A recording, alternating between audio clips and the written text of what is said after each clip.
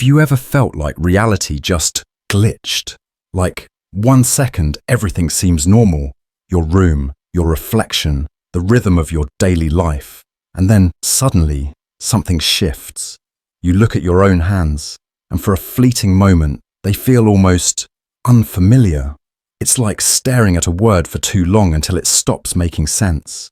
Maybe you've had that feeling when watching a sunset, lost in thought, or caught in an unexpected moment of stillness. That eerie sense that the world, and even yourself, might not be as solid, as real, as you always assumed. Well, if you've ever experienced that strange crack in reality, you're not alone, and you might have just glimpsed one of the most profound ideas in Buddhism, Śūnyatā, or as it's often translated, emptiness. Now, before you dismiss this as some abstract philosophy that only monks on mountaintops talk about, hear me out. Because this idea, it's not just some distant spiritual concept. It's about you. It's about your suashin, your identity, the very fabric of your life. And once you truly understand it, there's no going back. The illusion of solidity, we grow up thinking that everything has a solid, independent existence. A tree is a tree. A chair is a chair. I am me. You are you. Simple, right? But here's where things get weird. Buddhism suggests that everything we think of as separate and independent is actually made up of interwoven causes and conditions. Everything exists because of something else. Nothing stands alone. Take a simple cup of tea. It's just a cup of tea, right? But look closer. That cup only exists because of the clay it was made from. That clay only exists because of the earth, the rain, the sun that fed it. And the tea inside? It exists because of the leaves, the farmers, the water, the fire that boiled it. Strip away all the causes and conditions that brought this cup into existence, and what are you left with? Nothing. And yet, paradoxically, everything. So what does this mean for you? Here's where things get personal. If nothing exists independently, not even a teacup, then what about you? We tend to think of ourselves as solid, unchanging individuals. This is who I am. This is my personality. My past defines me. But if you break it down, even your sense of self is built on shifting conditions, your experiences, your thoughts, your relationships.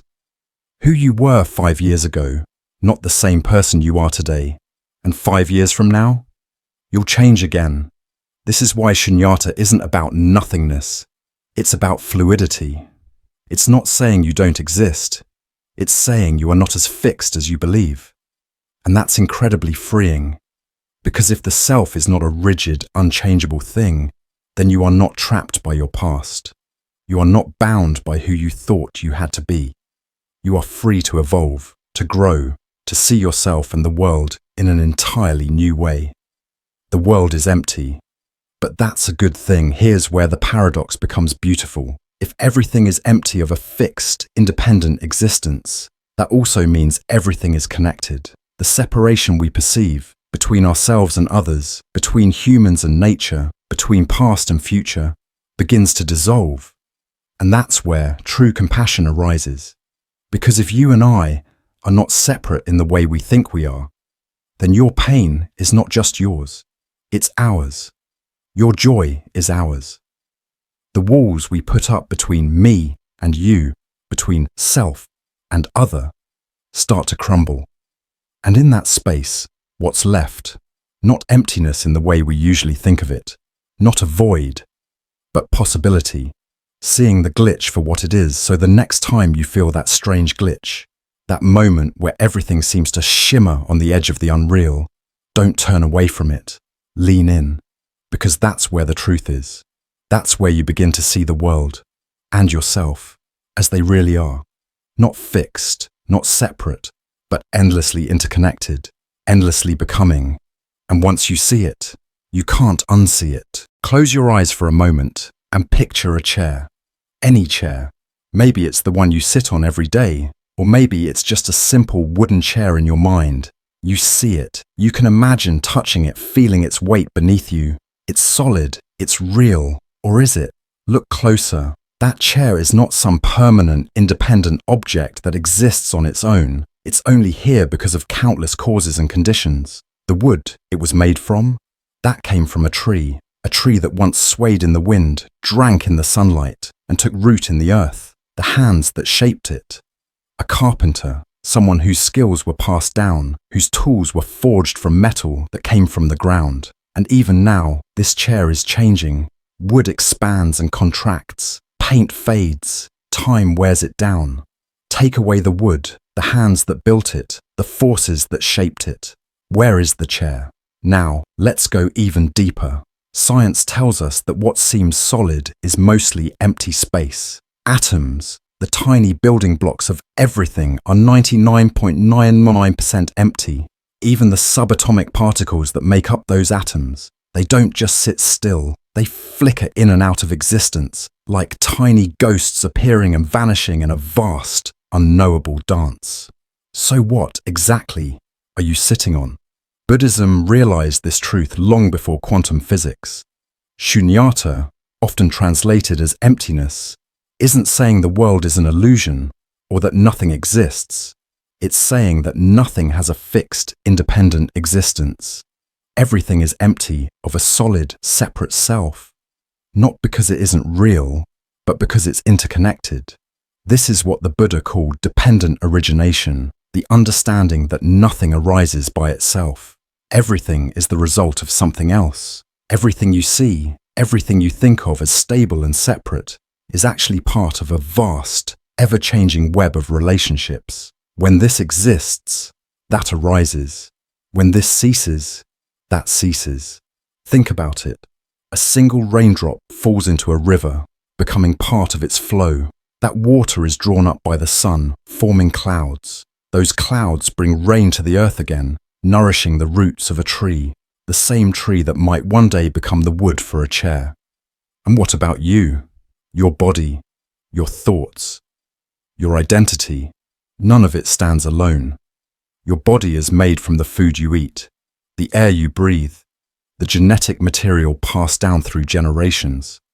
Your mind is shaped by experiences, by relationships, by every conversation, every heartbreak, every moment of joy. Who you are right now is not the same as who you were 5 years ago or who you will be in the future. Just like the chair, just like the river, just like everything else, you are always changing, always becoming. This can be unsettling at first. We like to think of ourselves as solid, unchanging, real. But if we hold too tightly to that idea, we suffer. We resist change.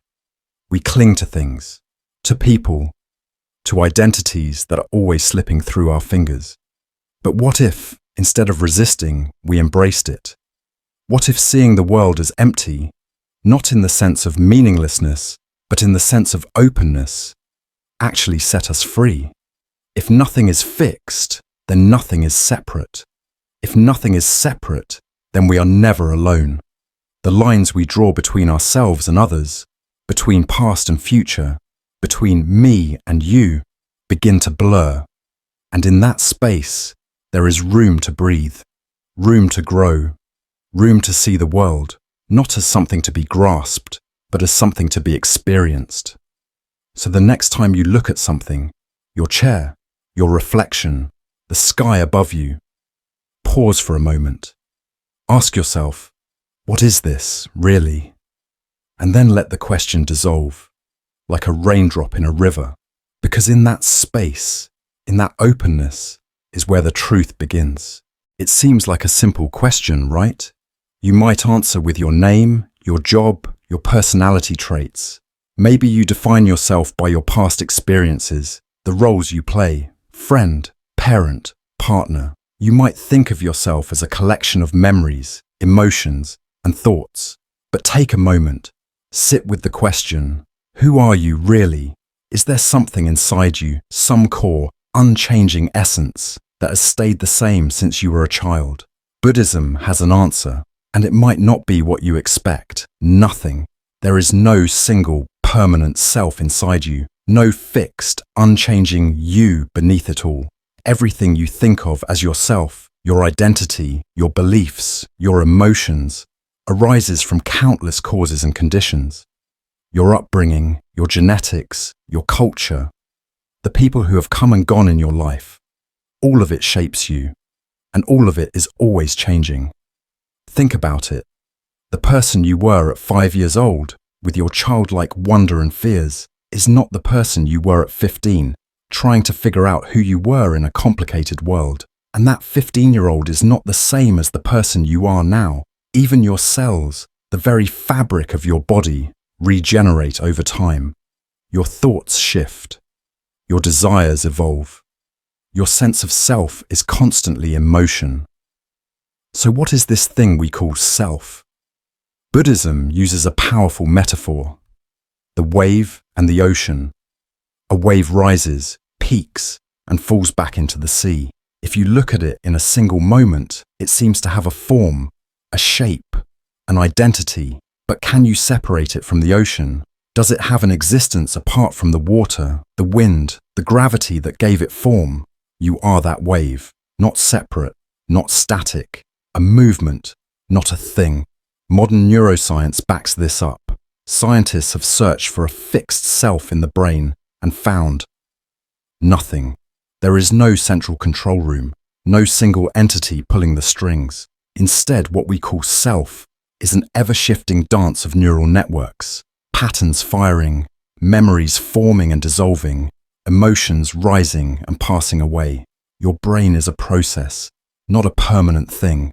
And here's the beautiful part. If there is no fixed, unchanging you, then you are not stuck. Think about how often we trap ourselves with labels. I'm just an anxious person. I'm bad at relationships. I've always been this way. But if everything about you is fluid, your thoughts, your habits, your identity, then you are free to change, free to grow. This is not a loss. It's a liberation. It means that who you are today does not define who you will be tomorrow. It means that your past does not have to dictate your future. It means that, just like a wave, you are always becoming. So the next time you catch yourself clinging to an idea of who you are, whether it's a belief, a habit, or a fear, pause. Ask yourself, is this truly me, or is this just a passing shape in the water? Because once you see the self for what it really is, not a thing, but a flow, you realize something profound. You are not bound. You are free. If the self is an illusion, if nothing has an independent, fixed existence, does that mean nothing matters? Is this nihilism? Is life meaningless? No. And this is where the misunderstanding begins. Buddhism does not teach that nothing matters. It teaches that everything matters, because everything is connected. Let's go back to the wave and the ocean. A wave rises, crests, and dissolves back into the sea. If you only look at the wave in that brief moment, you might think it has its own existence. But it was never separate. It was always the ocean, moving in a temporary form. You are like that wave. Your life, your experiences, your thoughts, they rise and fall. But they are not separate from everything else. You are not an isolated being, cut off from the world. You are part of it. And once you see this, once you truly feel it, something shifts. This realization doesn't lead to despair. It leads to compassion. Because if we are all interconnected, if the boundaries between me and you are not as solid as we believe, then everything we do affects everything else. The kindness you show, the words you speak, the energy you put into the world, they ripple out, like waves spreading across the surface of a vast ocean. The mistake is thinking that if there's no permanent self, then life is empty and meaningless. But this couldn't be further from the truth. The fact that everything is always changing, always in motion, means that everything is alive. Everything is in relationship. Everything is part of an unfolding story. And that's not nihilism. That's liberation. Think about the people in your life, the moments of love, of kindness, of connection. They don't last forever, but does that make them meaningless? Or does it make them even more precious? If we cling to the idea of a fixed identity, if we try to hold on to something that is always shifting, we suffer. But if we let go, if we embrace the flow, the impermanence, the dance of existence, then we become fully present. We stop resisting life, and we start living it. There is a beauty in knowing that we are temporary. There is a freedom in understanding that we are not separate from this world, but deeply woven into it. And so the question isn't, if I'm not permanent, does my life matter? The real question is, if everything is connected, how will I choose to live? Because your actions, your presence, your love, they matter more than you know. The paradox of emptiness. A Buddhist perspective, emptiness. It's a word that makes most people uncomfortable. We often associate it with loss, loneliness, or a lack of meaning. But what if emptiness isn't something to fear? What if it's actually the key to freedom? See, emptiness isn't nothingness. It's infinite potential. Think about a blank canvas. At first glance, it seems empty, almost meaningless. But in reality, it holds limitless possibilities. It can become anything. A breathtaking landscape, an abstract masterpiece, a portrait that captures the depth of the human soul. The artist isn't limited by what's already there. They have the freedom to create something entirely new, or consider a seed. It's tiny, insignificant even. It's not a tree yet, but within it lies the potential for growth, for transformation. Given the right conditions, it can become something towering, something strong, branches stretching to the sky, roots digging deep into the earth. And here's where the paradox flips. Emptiness isn't a void, it's the very reason change is possible. Because things aren't fixed, they can become anything. You aren't bound by your past, your mistakes, your regrets. They don't define you. Your thoughts, your emotions, the struggles you've faced, none of them are permanent. They shift, they evolve, and so do you. Imagine a city. It's more than just a collection of buildings. It's alive, constantly in motion. People come and go. Ideas spark and spread. Systems rise and fall. Cities grow, adapt, transform. And so do we. This is the wisdom of Buddhism. Impermanence isn't something to resist. It's something to embrace. The self you cling to is not fixed. Who you were yesterday doesn't limit who you can become tomorrow. So don't fear emptiness. Welcome it. Because it's not absence, it's possibility. It's not restriction, it's freedom. And in that freedom, you have the power to create, to transform, to become. That's the beauty of emptiness. And that's the beauty of being human. For centuries, Buddhist philosophy has spoken of impermanence, interconnection, and the illusion of a fixed self. To some, these ideas might sound abstract, even mystical. But here's the thing, modern science is starting to catch up. Take quantum mechanics. At its core, it reveals something astonishing. Reality isn't as solid as we once believed. Particles don't exist in a definite state until they're observed. Before that, they exist in a state of pure potential. Think about that for a moment. The fundamental building blocks of the universe don't exist as fixed entities. They depend on observation, on relationships, on interaction. Does that sound familiar? This is the essence of dependent origination, a fundamental teaching in Buddhism. Nothing exists independently. Everything arises due to causes and conditions. The world isn't made up of separate, static things. It's a vast web of interconnection, where everything is in a constant state of becoming. And it's not just physics. Neuroscience is uncovering something just as profound. The self, as we typically think of it, is an illusion. The idea that there is a fixed, unchanging me at the center of our experience. It's an illusion created by the brain. Scientists have found that our thoughts, behaviors, and even our sense of identity are the result of dynamic neural activity. The patterns in our brain shift, adapt, and evolve in response to experience. The person you were 10 years ago, or even 10 minutes ago, is not exactly the person you are now. Just like Buddhism has taught for thousands of years, the self is not a solid thing. It's a process, a flow. And then there's systems theory, a field of study that spans science, philosophy, and social theory. It tells us that nothing exists in isolation. Everything, whether it's ecosystems, economies, or human consciousness, emerges from relationships. The world isn't made up of separate parts, but of interdependent systems. This is exactly what Buddhist thought has been pointing to for millennia. Nothing exists on its own. Everything depends on everything else. The boundaries we draw between things, between people, between self and other, are only conceptual. What's truly remarkable is that these discoveries aren't new. They're just Western confirmations of what Buddhist wisdom has understood for thousands of years. The more we explore the nature of reality through science, philosophy, and direct experience, the more we come to the same realization. Everything is impermanent, interconnected, and free to change. This isn't just an intellectual idea.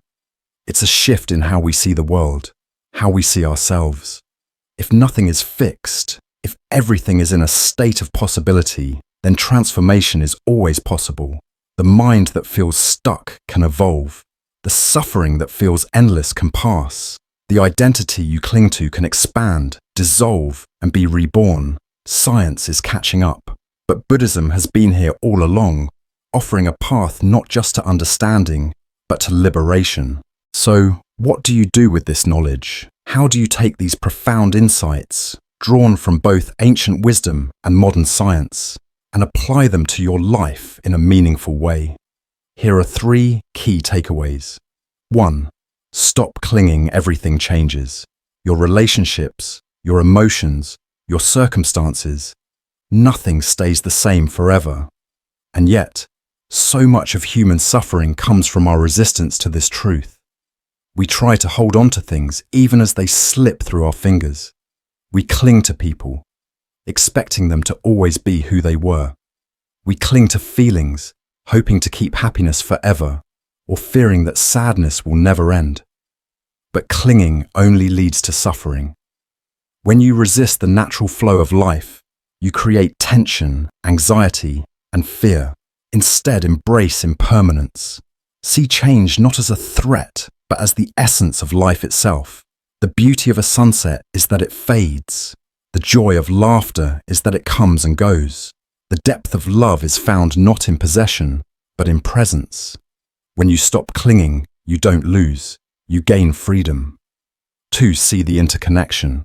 Nothing exists in isolation. Every action you take has an effect, like ripples spreading across the surface of a still pond.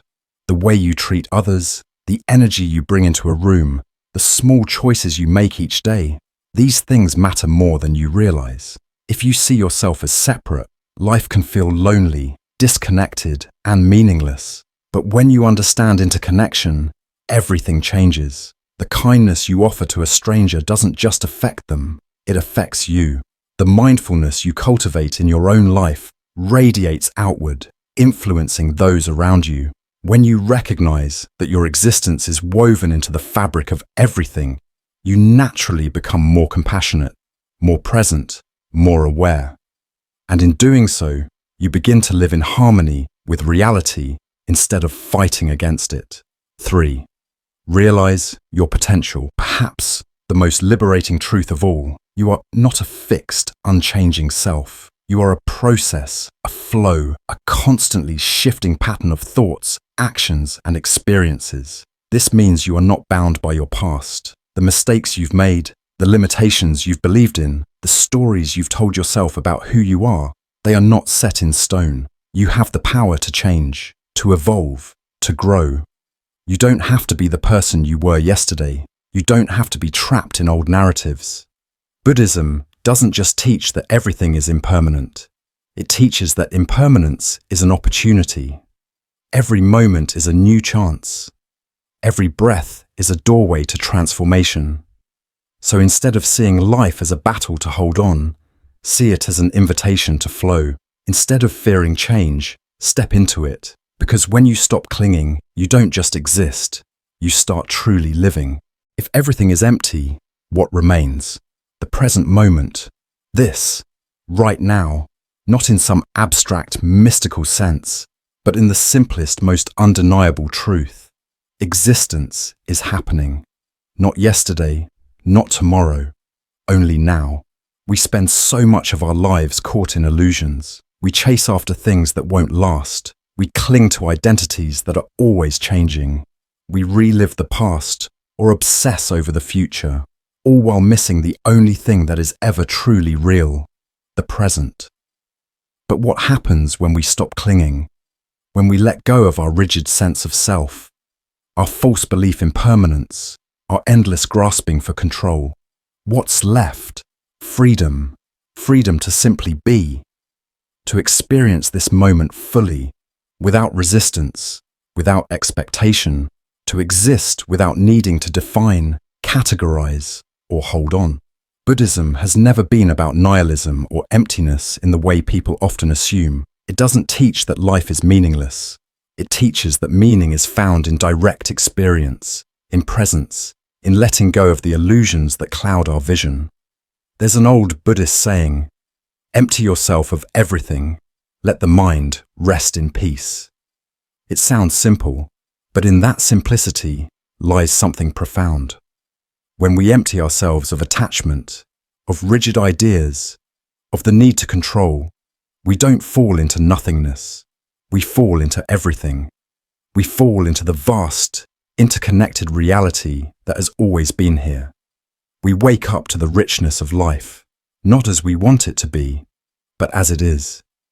This moment is all there ever truly is.